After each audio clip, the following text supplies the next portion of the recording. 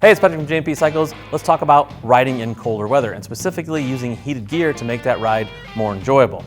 What we're looking at here is Firstgear heated liners. The reason we're talking about liners is because it allows you to use your existing gear and put these liners underneath of it, have a heated option instead of having to buy a whole other heated jacket and or pants. So we have a liner for your jacket, we have a liner for pants, socks, and heated gloves. So you can go head to toe, heated gear, be nice and toasty, riding in some frigid temps. But it can be a little bit weird when you're putting it together and there can be a little bit of complication. So we're gonna show you how to put this together and give you some options on how to build your own heated gear kit. It's pretty easy. We could have set this on a bike. We decided to do it on the battery on the table to kind of show you what's going on here. It's really easy, just like hooking up a battery tender, red to positive, black to negative, and you have your power source coming off your battery. You could just plug this jacket right into your battery, but that's gonna basically turn this on high all the time and run you out of there. So you're gonna need a controller, or what Firstgear calls heat trollers.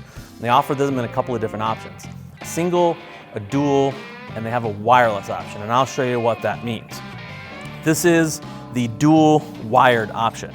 Basically, you're gonna plug right into your power source here, that hots it up, and then you have two outputs.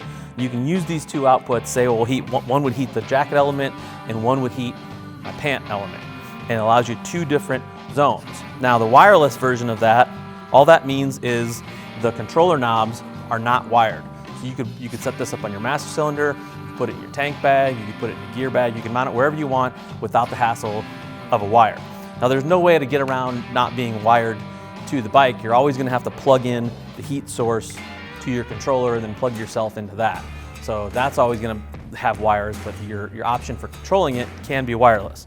Now, depending on how many pieces of heated gear, heated liners you want, that's going to determine how many trollers you need to control that. So the first option here, let's just say we have a heated jacket and heated pants. We want to control those separately. I would plug in my troller, then I'd plug this into my jacket, and I'd plug this into my pants.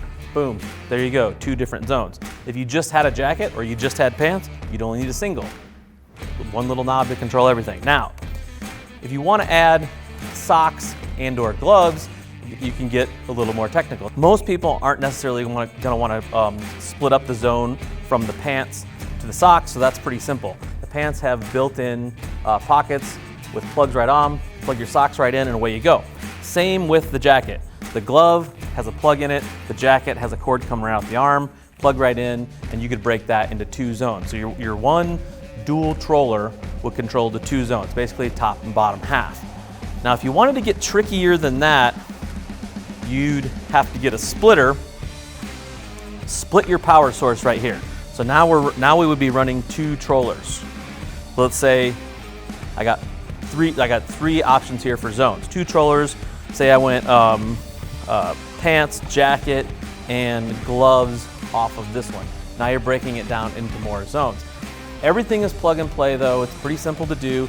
I will say, if you're gonna do the gloves, it's gonna create, and have them on their own zone, we'll show you the big Y harness you're gonna need when we get into some of these options, but you will have to run more wires if you wanna break the gloves up off of the jacket. The way I like to do it, put my gloves and my jacket on one zone, put my pants and my socks on another zone. Like I said, everything plugs in, but everything is also sold separately. And the reason they do that is because there's so many options, it'd be hard to kit all this up. So when you're buying these, a splitter comes with a jacket, but everything else is basically sold separately to allow you to build your own kind of custom kit. Now let's look at a couple of options that you can put with the trollers and the heated gear.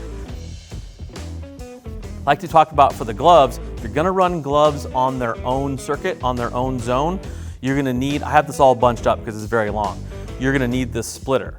So you would hook this either straight into the troller, or you would split it off of the jacket down here. And you have to run these two cords all the way through your arms. You tuck these away, these tuck back into the pocket, and then you'd plug the gloves in on their own zone. So if you're gonna split those gloves up, you're gonna have to run these wires through your arms just to have the gloves on their own zone.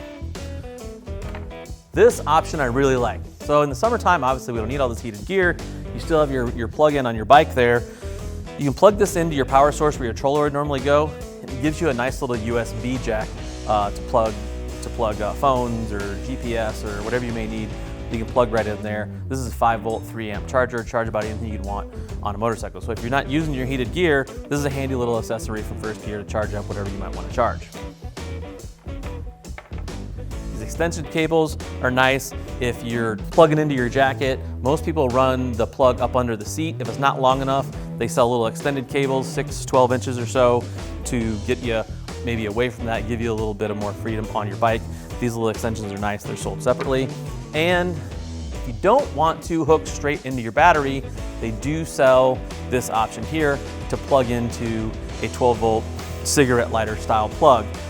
The option to pull this cap off will also give you the BMW style plug right underneath there. I will say, if that circuit is not on a 15-amp fuse, you can run into some problems. So basically anybody with a CAN bus system, which is pretty much every single late model Harley, don't use this unless that cigarette lighter style outlet is fused. Go back to the battery. As always, if you like what you see here, hit that subscribe button. If you want to see more of this and how we liked it, hit the link in the description to see how we liked it actually out on the road. If you have any questions, comment in the comment section below. You can always chat with us online or call us on our 800 number. Now, go ride those motorcycles.